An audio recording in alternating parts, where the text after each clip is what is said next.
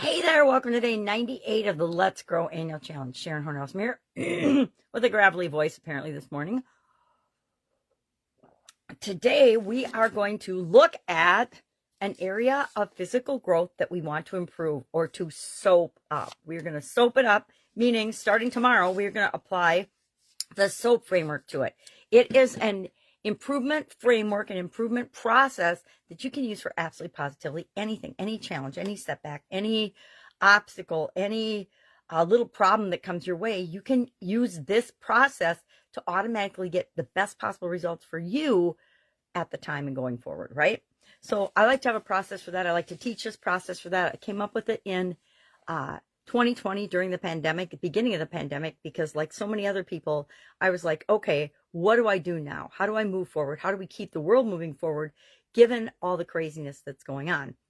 And in the beginning, it didn't seem like such a big deal. So I started a challenge called the Get Up and Go Challenge. I was doing challenges anyway. So I thought, okay, how do I get up and go and keep moving forward given all of the changes and all of the obstacles and all of the things that are now in front of me that weren't in front of me or us before, right?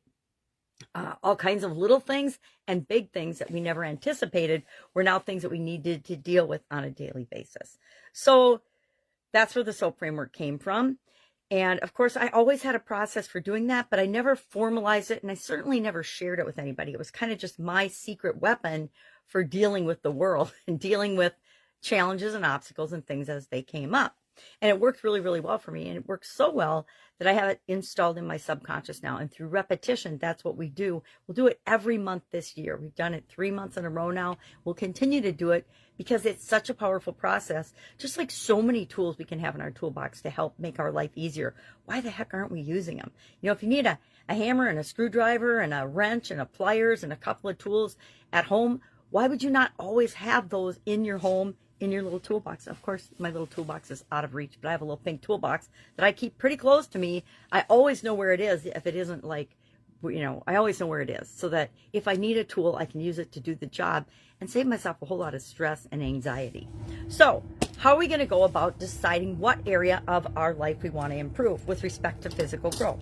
I like to, and part of why we've done the exercises that we've done over the last few days and thought about our core values, thought about our definition of physical growth, etc., is because that information helps us to understand ourselves better and know what's the number one thing we want to work on. What's the number one area we want to give a little more attention to and apply this process to? Because if we apply it to the area that's giving you the most trouble and you have success in it, guess what? You'll apply it to all the other areas and aspects of your physical growth as well as your life. So what I like to do is look at my priorities. I go back and I'm like, okay, what are my physical growth priorities? What were my overall ratings for the different areas of physical growth? Probably the ones that are super duper low. If they are also high priority, that's automatically going to show me the one I want to work on. What current challenges are you having? Right now, I overslept today. I'm having a challenge with not wanting to get out of bed in the morning, which is crazy because usually I pop right out of bed and I start my day in my morning routine. In the last couple of days, it's been like, I just don't want to get out of bed. Maybe it's because usually spring makes me more excited, but maybe because it's getting cold, warm, cold, warm, cold, warm, and it's, you know, messing my circadian rhythm and everything else up. I don't know. So that's one thing. So what are your current challenges that you're having? What opportunities for growth do you see right in front of you that would be so easy? Maybe you got a free gym membership and you're like, wow, I've gotten offers for this before and I've never taken advantage of it. Maybe this is a sign that I should take advantage of that and see if that helps me with my physical growth and development. And then long term, are you picking something that will really make an impact on the overall physical growth and sustainability? Will you be able to sustain it and do it going forward? So if I look at, and we did the 7 Why exercise, so that really gets us down to the core yesterday. So that gets us down to the core reason we want to improve our physical growth. So let me go back and take a peek at my list. My number one priority and ranking was exercise, activity, movement. And my rating for that, let me go back and see what my rating for that was. I skipped a page in my notebook. I don't like doing that because I can barely fit the whole year in anyway. That's spiritual. I'm going back too far.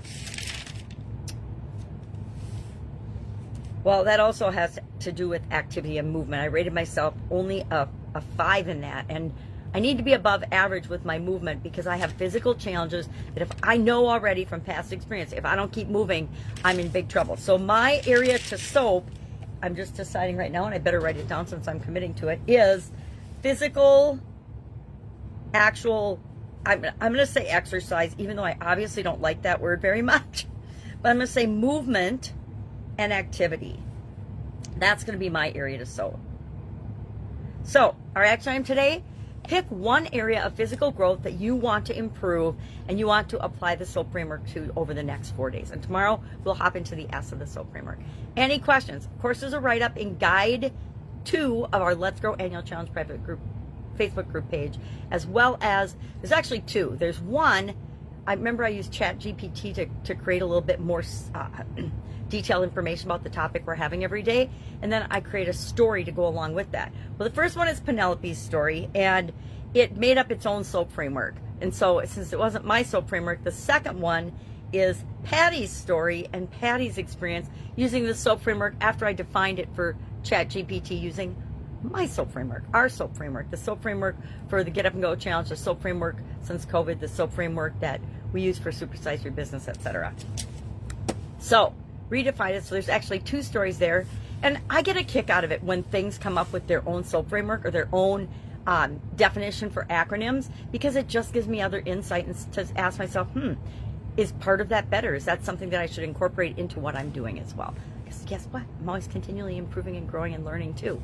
All right, have an awesome day, and I'll of course be with you tomorrow, and we'll hop into the S, which stands for story or situation for the SOAP framework. Have an awesome day.